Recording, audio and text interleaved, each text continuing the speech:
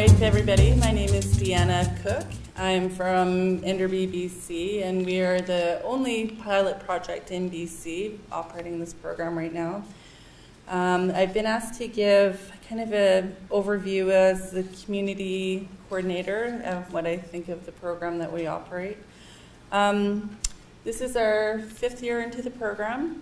The first year that we started this program, we heard about it, and what made us want to become involved in the program is the lack of mental health services for children who have suicidal or mental health issues in our community. When we got this project started and Dr. Lawrence Kermeyer was talking to different communities about wanting to be community partners with us, our project lead researcher for our team, Dr. Raven Sinclair, had been talking with Lawrence, and she approached us and asked us if we would consider being one of the communities involved in this program. And knowing the lack of mental health services available, one of the things that my role was to try and find, some funding. And I know that in BC, you don't get many if you go to the ministry and say, we have a lot of children committing suicide. They just don't respond to that. But if you come to them with an academic paper and say, here's the proof, here's the research, then you're more likely to get funded. So that was the big factor for us becoming involved in this program, because it is research-based. And, all of the participants who go into this program, they do a pre-questionnaire and a post-questionnaire, and then all of the research is tabulated, and Melissa will tell you a bit more about that. So that was our big push to become involved in this program. So my role is the community coordinator. My work in the community is to work with our facilitators. So in our project, we have our project lead, Dr. Raven Sinclair. So she helps analyze the data and helps with that part of it. We have a facilitator, Don Bennett, and he is the main teacher of the program. And then we have a co-facilitator, Tracy Pata, and she works with the youth in the program. And then we have an elder facilitator, Juliana Alexander, and she helps with the cultural pieces. So the first year that we started the program, we didn't actually deliver the program, we worked on the curriculum. We wanted to make it culturally relevant to our community. And, you take a lot of non-native themes and teachings about, suicide prevention and strengthening families and communicating. So it was quite a process to go through all of the material with our elders. But it was a good one, because it actually brought out a lot of talk about, it's something nobody's ever talked about in our community. Like, how did you used to handle suicide prevention, 50 years ago? I mean, those kind of ideals were things that weren't even talked about. So it brought out a lot of new information for us. And our grandmothers that worked on they went through 14 sessions, like word for word with us, and suggested where they could suggest, words that we could incorporate or themes that we could incorporate with our youth. They even changed the name of our project locally. It's now called Mat Yat Wil, which means to get strong. So that's the theme of our program in our community, is to get strong. It was hard to kind of get the parents and community to buy into the project at first. I mean, if you know any community, we always have these short little Band-Aid programs that come in for 4 to 6 weeks, and then they're gone. And people just get tired of sometimes participating in those kind of programs. So it was hard to get, the first year that we did it, it was hard to get the buy-in from the community to be part of this.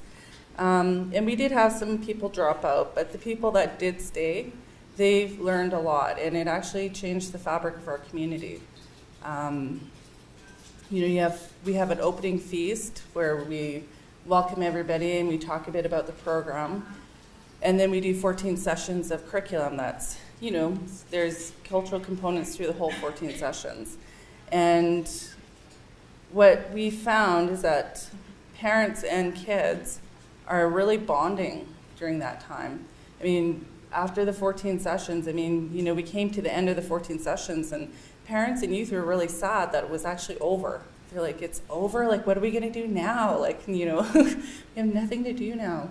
It was the parents in the community who helped make our other 3 years successful, because they talked to other people in the community and said, oh, this is a great program for your kids. And so this is our last year that we're doing it, and we're hoping that funding will continue. So we're starting our opening feast this October 15th. And we have a lot of repeat customers, is what we're finding. Parents and their kids who attended the program last year, they want their kids to be involved again. And that's hard because for research purposes, you want to have new kids, new parents, involved. So it's hard to say no, no, you can't participate again, when it's such a great program. But I think one of the most difficult things that we had was that this is intended to be a suicide intervention program, but we don't actually call it a suicide intervention program, although that is the intended result. But I think it was last year in our community we had a rash of young adults committing suicide in our community, and parents were like, why isn't there a program in the community that's addressing this? Where's the programs? So we talked about it with our team, and we decided to tell everybody, this is actually a suicide intervention program. We don't label it as such, but it is intended to do that. I mean, the main goal of this program is to strengthen families and to teach youth how to communicate with their parents, to teach parents how to communicate with their youth, so that they're building strong families, so that, suicide is not an option down the road, that you're building strong people and strong families. In our program, one of the most successful things that we've done is to honor our participants with Pendleton Blankets. So when we do our closing ceremony, in our community, that is the highest honor. And usually you have to do something pretty extraordinary to receive a Pendleton blanket, like graduate from university, or you built a big building, or you might be an elder and it's your turn to receive a Pendleton blanket. But what we felt was that the work that the families and the youth were doing together was so important that it equaled that level of honor, because the families were literally changed. They went into the program being a certain way, and through the curriculum that made them think about their families, they came out of the program being different people and different families. So when we have our closing ceremony, our chief comes and he honors the participants with an honor song, and we blanket the participants, and you can really see the pride, the pride. There might be a parent who may have just been, on low income all of their lives, and maybe not have had a chance to do something extraordinary like graduate from university. But the pride on their face when they receive a Pendleton blanket, and the pride on their kids' faces when they receive a Pendleton blanket. We have a photo up there on the poster of one of our families, and they were pretty proud to receive the Pendleton blanket. So it's all about, teaching our families and our kids to be strong together. It's really had a ripple effect into our community. I think some of the things that we've seen from past participants is their families have become much stronger. They may not be in the program anymore, but you see a lot of parents have now stopped using alcohol. You see them taking their kids to the hockey arena on the weekends, and they're really family focused. There's a big pride in our culture that's come back. I think that's probably one of the biggest benefits. A lot of people didn't have an idea about hunting or fishing or berry picking, but this program has spurred a lot of interest in that. So this past summer, I can't even count how many families were like Facebooking about, they went out berry picking, and, they're going out salmon fishing, and they're drying fish, and they're going out hunting, and, so I think this has had a great ripple effect into our community. It's definitely strengthened our community. And the other thing is that it's helped our families to bond and support each other. So, you have parents who may have done the program before, one family's having a hard time. Before they might have just turned a blind eye to that. But now, people are like, oh, you need some food, and they're bringing food over to help a different family, or you want some deer meat, and they're bringing food over there. So I think this program has done super amazing things for our community. We would definitely want to do this program again if the opportunity arises. And I think the biggest thing, I think the parenting skills have definitely come up. we all know the legacy of residential school and the 60s scoop, and how actually I just had this conversation with my mother the other day. She's saying, I wish I would have done things differently when you guys were growing up. But we were talking about it, and we were saying, Mom, with every generation that comes, we're getting stronger. The parenting is becoming better, the circle's getting stronger. In this program, parents did talk about that, about how they felt stronger as a parent. It really has been an amazing thing for our community. And I just want to share a few comments with you before I close. Some of our participants, we did questionnaires with the parents and the youth in our programs. So we asked parents, what did you like best about the program? So one parent said, I really liked the parent discussion circle. I liked when I talked about the problems that have come up in my daily life and people offer advice. Another parent said, learning about our language and culture, listening to the youth with their feedback.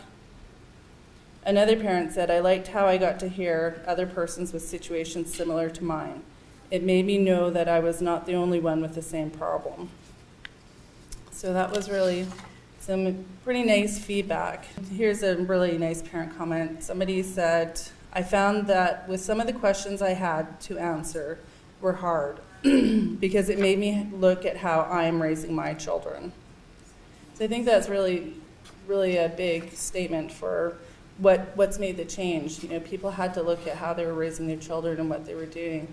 And now you see these kids doing all these fantastic things, with their families. So it's been a great thing. Some of the youth, we asked them, what did you like best about the program? And the food was a big one. When you said, I like the food and the story, it wasn't a real story. It was a lot of paragraphs about respect, and it's good for it to be that long, I guess. Yeah. Another youth said, I loved the food and the talking circles and the story. Another one said, I was happy talking native and it was fun. And another one said, eating and laughing, hanging out with my friends, and doing the door prizes. So this past summer we did an interesting thing. We had a big community play in our community, and it was called Tweetamus. And Tweetamus was about our old Shtaptaquillas, and it was a story about how he or she gets strong. So we used our old stories of creation and talked about, legends of, a grizzly and a coyote fighting to make it light and dark. And then we showed what happened in the residential 60s scoop. We called that the shaking, where kids were taking away. And then in the end, we showed how you get strong, how you get your personal power back. So we videotaped that, and that will become part of our curriculum this fall with our program. So the families will watch that, and it was quite an amazing thing, like the whole project. We had 53 actors, mainly from our community, and we had a handful of kids that were in our project last year that were main actors in the story.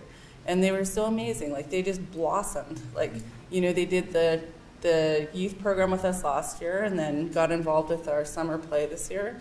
And it was just amazing. We had kids who were so shy that they wouldn't ever stand up in front of anybody and talk. And they were main actors in our play this summer.